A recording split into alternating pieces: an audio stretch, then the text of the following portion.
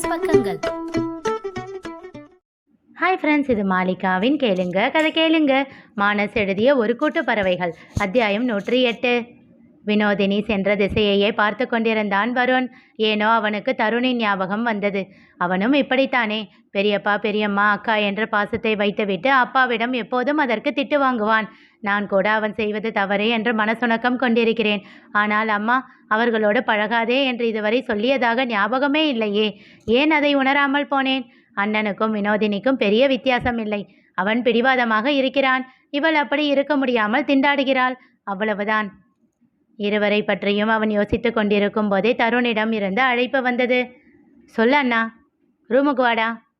வருண் அங்கே சென்றபோது தன் பையில் துணிகளை எடுத்து வைத்து அடுக்கி கொண்டிருந்தான் தருண். என்ன அண்ணா?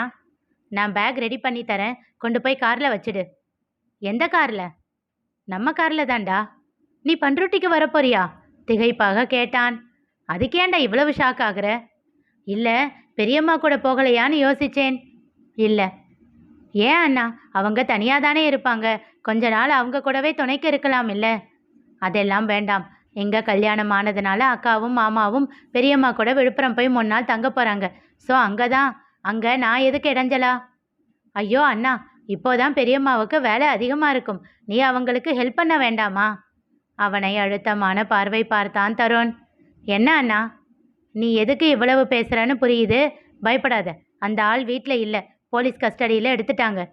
அதை கேட்டு வெகுவாக அதிர்ந்தான் வருண். பயத்தில் எச்சில் கொட்டி விழுங்கினான். தன் பாக்கெட்டில் இருந்த சாவியை எடுத்து காட்டினான் தருண். வீட்டு சாவி என்கிட்ட தான் இருக்கு, சரியா? போய் இதை காரில் வச்சுட்டு இன்னும் என்ன வேலை இருக்குன்னு அபிகிட்ட கேட்டு பண்ணு. அமைதியாக பையை வாங்கி கொண்டான் வருண். இங்கே பாரு, நீ அம்மா கூட சேர்ந்து பார்த்த வேலை எல்லாத்தையும் மாமா சொல்லிட்டாரு. போதும், இதுக்கு மேலே எதுலேயும் தலையிடாத. எல்லாத்தையும் மாமா பார்த்துக்குவாரு. அப்படி இல்லைன்னா நான் பார்த்துக்குவேன். நான் உனக்கு அண்ணன், நான் உயிரோட தான் இருக்கேன், புரியுதா?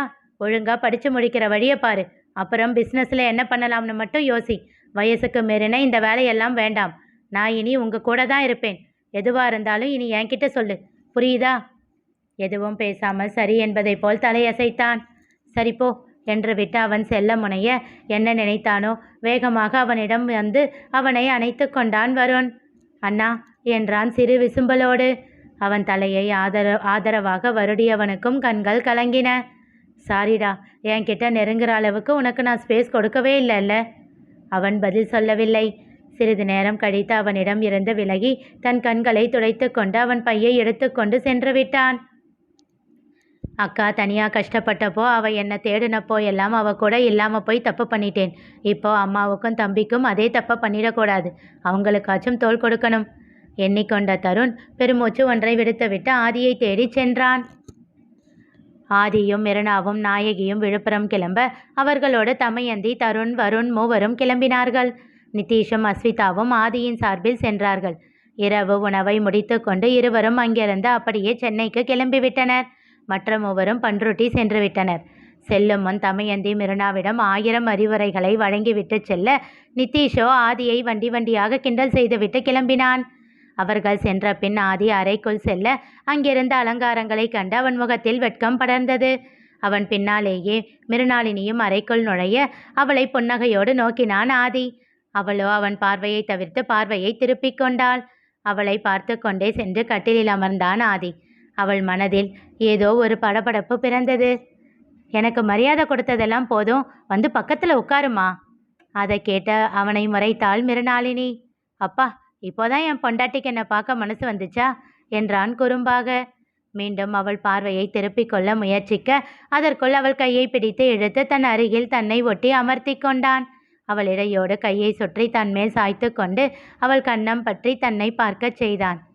வெக்கமா? கொஞ்சமா. சின்னதாக சிரித்துவிட்டு எனக்கும் என்றான். அதை கேட்டு உரக்க சிரித்தாள் மிருனாளினி. எதுக்கு சிரிக்கிற? நாங்கள்லாம் வெக்கப்படக்கூடாதா? தலை சாய்த்த ரசனையாக அவளை பார்த்தவாறு கேட்டான். அவன் கன்னம் பற்றி அவனை ரசித்து கொண்டே கேட்டாள். ஒரு ஆணோட வெக்கம் இவ்வளவு அழகா ஆதி? சில நிமிடங்கள் இமைக்காமல் அவள் முகத்தையே பார்த்து கொண்டிருந்தவன் சட்டென்று அவள் கன்னத்தில் அழுத்தமாக முத்தமிட்டான். கண்கள் மூடி அதனை ஏற்றவள் மாயவா என்றாள் தன்னிச்சையாக. அதை கேட்டு கிறங்கி போனவன் அவளை அப்படியே இழுத்து தன்மேல் சாய்த்து கொண்டு சரிந்தான். அவளை அணைத்து கொண்டு அவள் கழுத்தில் முகம் புதைத்தவன் மூச்சை இழுத்து அவள் வாசம் பிடித்தான். இங்கே இருக்கிற பூ வாசத்தை விட உன் வாசம்தான் என்னை ரொம்ப மயக்குது மினி என்றான் கிறங்கிய குரலில். அப்போ மயங்க வேண்டியது தானே? அதை கேட்டு உரக்க சிரித்தவன் மயங்கிட்டா போச்சு என்று விட்டு அவளை தன்னோடு இறுக்கிக் கொண்டான். காலையில் சமையலறையில் வேலை செய்து கொண்டிருந்த நாயகி அவ்வப்போது மிருணாளினியின் அறையின் பக்கம் பார்வையை பதித்து கொண்டிருந்தார். அவர் எதிர்பார்ப்பை நிறைவு செய்து கொண்டு அறையிலிருந்து வெளியில் வந்தாள் மிருணாளினி. குளித்துவிட்டு தலையில் கட்டிய துண்டோடு அவள் வர மனம் முழுவதும் மகிழ்ச்சியோடு அவளை பார்த்தார். குட் மார்னிங் மா என்றவாறே வந்து சமையலறை மேடை மேல் ஏறி அமர்ந்தாள் மிருணாளினி. அவள் முகத்தையே அவர் மலர்ச்சியாக பார்த்து கொண்டிருக்க, என்னம்மா அப்படி பார்க்குற என்றாள். ஓ முகத்தில் தெரிகிற சந்தோஷத்தை பார்த்து ரசிக்கிறேன்டி. அம்மா, நான் காதலிச்சவரையே கல்யாணம் பண்ணியிருக்கேன். எங்களுக்குள்ள எதுவும் நடக்கலைனாலும் என் முகத்தில் சந்தோஷந்தாமா இருக்கும். சிரிப்பை உள்ளுக்குள் அடக்கியவாறு கூறினாள். ஏய், என்னடி இப்படி சொல்கிற? திகைப்பாக கேட்டார் நாயகி. உரக்க சிரித்தாள் மிருணாளினி. அம்மா அம்மா அம்மா, பயப்படாதம்மா.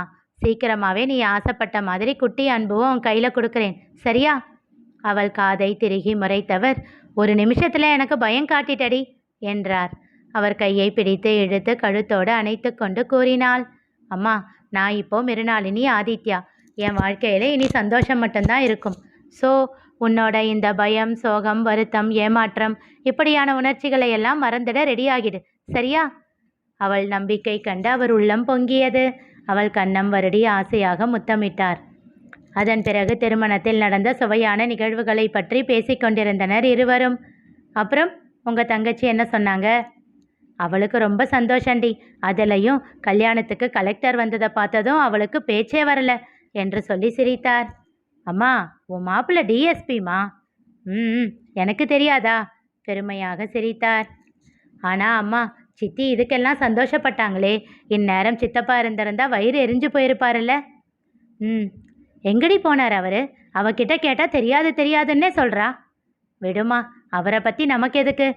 ஆனால் அவர் வீட்டில் நிச்சயமாக இல்லை. அதனால தான் இந்த தருண் பையன் அங்கே போயிருக்கான். இல்லைனா போயிருக்க மாட்டான். சிறிது நேரம் கழித்து, மிருணா, மாப்பிள்ளை எழுந்துட்டாரா பாருடி, காஃபி போடுறேன். அவள் மேடையிலிருந்து இறங்க போக ஆதி அறையிலிருந்து வெளியில் வந்தான். இதோ வந்துட்டாருமா. டிஷர்ட், ட்ராக் பேண்ட் சகிதம் வந்தவன் குட் மார்னிங் அத்தை என்றான். புன்னகையோடு அவன் கையில் காஃபியை தந்தார் நாயகி. அவன் அதை எடுத்துக்கொண்டு சென்று அமர்ந்த நாளிதழ் படிக்க துவங்க, மிருணா, நான் போய் உங்கள் ரூம் க்ளீன் பண்ணிட்டு வந்துடுறேன் என்று விட்டு சென்றார். அறையை திறந்து பார்க்க அது அவ்வளவு சுத்தமாக இருந்தது. திகைத்தார் அவர்.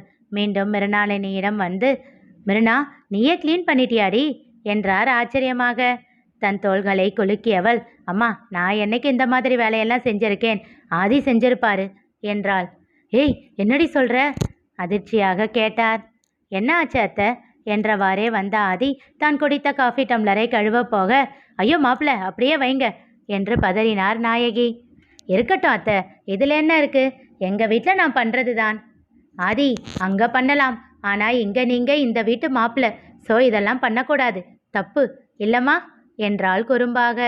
ஏய், எனக்கு எல்லாம் ஒன்று தான். அவன் சொல்லி கொண்டிருக்கும் போதே அவன் கைபேசியில் அழைப்பு வர பேச சென்று விட்டான். என்னடி இப்படி இருக்காரு என்றார் நாயகி ஆச்சரியமாக. வளர்ப்பு அப்படிமா பெருமையாக சொல்லிவிட்டு ஆதியிடம் சென்றாள். அவனை கட்டி கொண்டு அவன் முகம் பார்த்து அவன் பேசும் அழகை ரசித்து கொண்டிருந்தாள். அவன் கன்னத்தில் குட்டி குட்டியாய் முத்தங்கள் வைக்கத் தொடங்க அதனை ரசித்து ஏற்றபடி பேசிக்கொண்டிருந்தான். அப்போது அழைப்பு மணி ஒலிக்க மிருணாளினி சென்று கதவை திறந்தாள். அங்கே நின்றிருந்த நபரை கண்டு கோபத்தில் கதவை அரைந்து சாத்தி தாடிட்டுவிட்டு உள்ளே வந்தாள். யார் அது?